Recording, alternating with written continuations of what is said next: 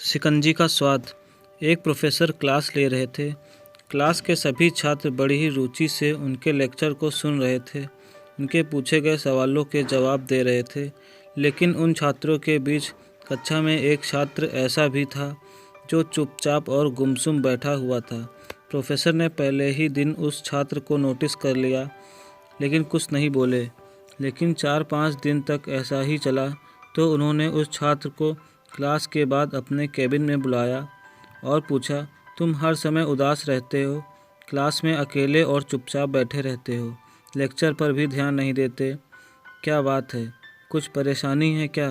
Sir, वो छात्र कुछ हिचकाते हुए बोला, मेरे अतीत में कुछ ऐसा हुआ है जिसकी वजह से मैं परेशान रहता हूँ, समझ नहीं आता क्या करूँ।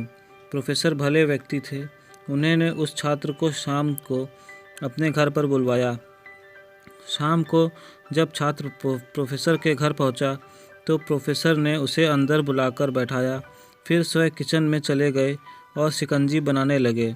उन्होंने जानबूझकर शिकंजी में ज़्यादा नमक डाल दिया। फिर किचन से बाहर आकर शिकंजी का गिलास छात्र को देकर कहा, ये लो शिकंजी पियो। छात्र ने गिलास हाथ में लेकर जैसे ही एक घूंट लिया, अधिक नमक के कारण उसका मुंह अजीब सा बन गया। यह देख प्रोफेसर ने पूछा, क्या हुआ, शिकंजी पसंद नहीं आई? नहीं सर, ऐसी बात नहीं है, बस शिकंजी में नमक थोड़ा ज़्यादा है, छात्र बोला। अरे अब तो ये बेकार हो गया, प्रोफेसर बोले, लाओ गिलास मुझे दो, मैं इसे फेंक देता हूँ। प्रोफेसर ने छात्र से गिलास लेने के लिए अपना हाथ बढ़ाया, लेकिन छात्र ने मना करते हुए कहा, नहीं सर, बस नमक ही तो ज़्यादा है, थोड़ी चीनी और मिलाएंगे तो स्वाद ठीक हो जाएगा।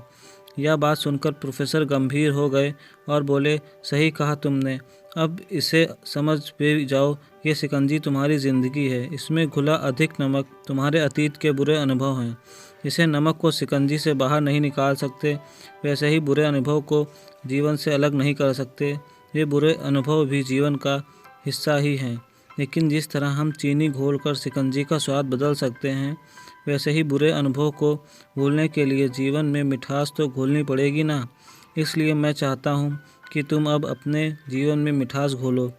प्रोफेसर की बात छात्र समझ गया और उसने निश्चय किया कि अब वह बीती बातों से परेशान नहीं होगा।